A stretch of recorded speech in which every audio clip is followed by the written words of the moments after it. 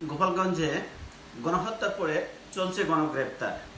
আমি ছোট্ট একটা ভিডিও ক্লিপ দেখে তারপরে আবার আসছি।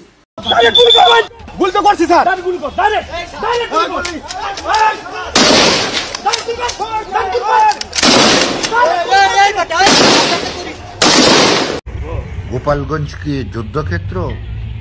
নৌবাহিনী টহলের নামে মানুষের বাড়ির দিকে মেশিন গান তাক করে আছে কেন? গোপালগঞ্জে পুলিশ, সেনাবাহিনী, বিজিবি এবং র্যাবের পর এখন পাঠিয়েছে নৌবাহিনী। 1971 দেশ স্বাধীনের পর নির্দিষ্ট একটি অঞ্চলকে টার্গেট করে এরকমের মহড়া কেউ কখনো দেখেছেন কি? 16 জুলাই গণহত্যায় যাদেরকে হত্যা করা হয়েছিল বিনা পোস্টমর্টেমে তাদেরকে মাটি দেওয়া হয়েছে এবং থানায় সেই হত্যাকাণ্ডের জন্য একটি জিডি পর্যন্ত কেউ করতে পারতেছে না। নৌ, বিমান বাহিনী, সেনাবাহিনী এবং র্যাব দিয়ে এদেশের জনগণকে হত্যা করে এ দেশটিকে বিদেশিদের হাতে বিক্রি করে দেওয়ার জন্য ইউনূস সরকার সেই পরিচালনাই করতেছে, যাতে এই দেশে কোনো নির্বাচন না হয় এবং নির্বাচনবিহীন এই দেশটাকে সে নিঃশেষ করে দিতে চায়।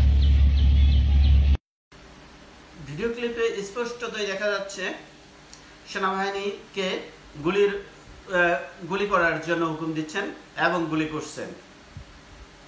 অর্থাৎ সেনাবাহিনী এভাবেই গুলি করে মানুষ হত্যা করে 5 জন ডিক্লেয়ার করা হয় যে 5 জনকে হত্যা করেছে, এবং অন্য যারা যদি কেউ খুন হয়ে থাকেন বা অন্য কারোর যদি হত্যা হয়ে থাকেন, লাশ গুম করে থাকেন, তাদের এখনো খুঁজে পাওয়া যায়নি। অনেকেই এখন পর্যন্ত কোথায় আছেন কোনো খোঁজ খবর নাই। সুতরাং মৃত সংখ্যা আরো অনেক বাড়তে পারে এবং অনেকেই শত গুলিবিদ্ধ হয়ে আহত অবস্থায় হসপিটালাইজড আছে। এই ঘটনা তো আমরা সবাই জানি, বেশ কয়েকদিন হয়ে গিয়েছে। এখন পর্যন্ত কারফিউ চলছে। শুধু কারফিউ নয়, নৌবাহিনী তাদের নৌযান নিয়ে নদীতে, অর্থাৎ গোপালগঞ্জের নদীতে টহল দিচ্ছে।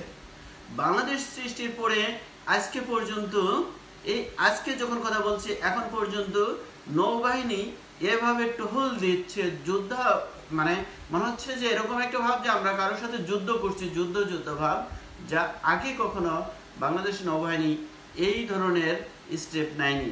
তাহলে এখন কি এমন ঘটনা ঘটলো যে আমাদেরকে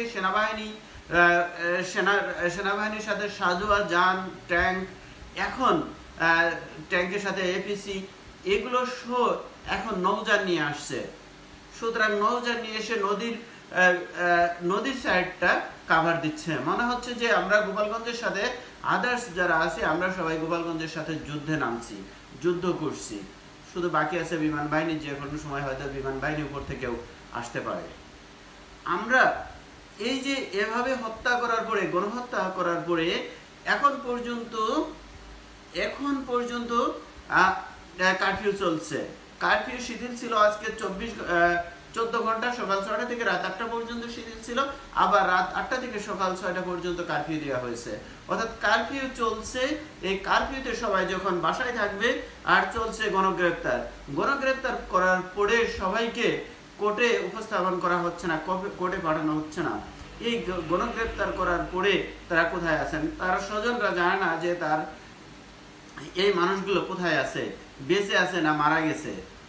সুতরাং এখন এই পরিস্থিতিতে গোপালগঞ্জে যেভাবে নির্যাতন করা হচ্ছে, এই নির্যাতন যদি করতে থাকে বা চলতে থাকে, বাংলাদেশ সৃষ্টির পরে আজ পর্যন্ত এমন পরিস্থিতির সৃষ্টি হয়নি এখন যেটা গোপালগঞ্জে হচ্ছে। সুতরাং নির্যাতন বেশি দিন টেকে না। যত নির্যাতন করবেন, যত নির্যাতিত হবে, যতটাই আপনারা এভাবে স্বৈরাচারী আচরণ করবেন, আপনার দিন তত তাড়াতাড়ি কমে আসবে, তত তাড়াতাড়ি আপনার জনসমর্থন কমতে থাকবে। মনে রাখতে হবে, গোপালগঞ্জ আমাদেরই একটা ডিস্ট্রিক্ট।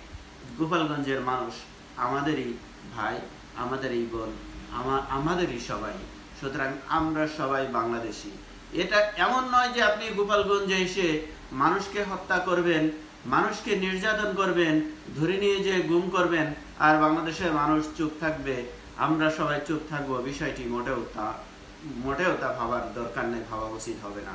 সুতরাং আপনারা সতর্ক হন, সাবধান হন এবং ওখানকার কারফিউ তুলে নেন, নৌবাহিনীর যারা যেসব সামরিক যান আছে সেগুলো সরিয়ে নিন। সবাই ভালো থাকুন, সুস্থ থাকুন, আল্লাহ হাফেজ।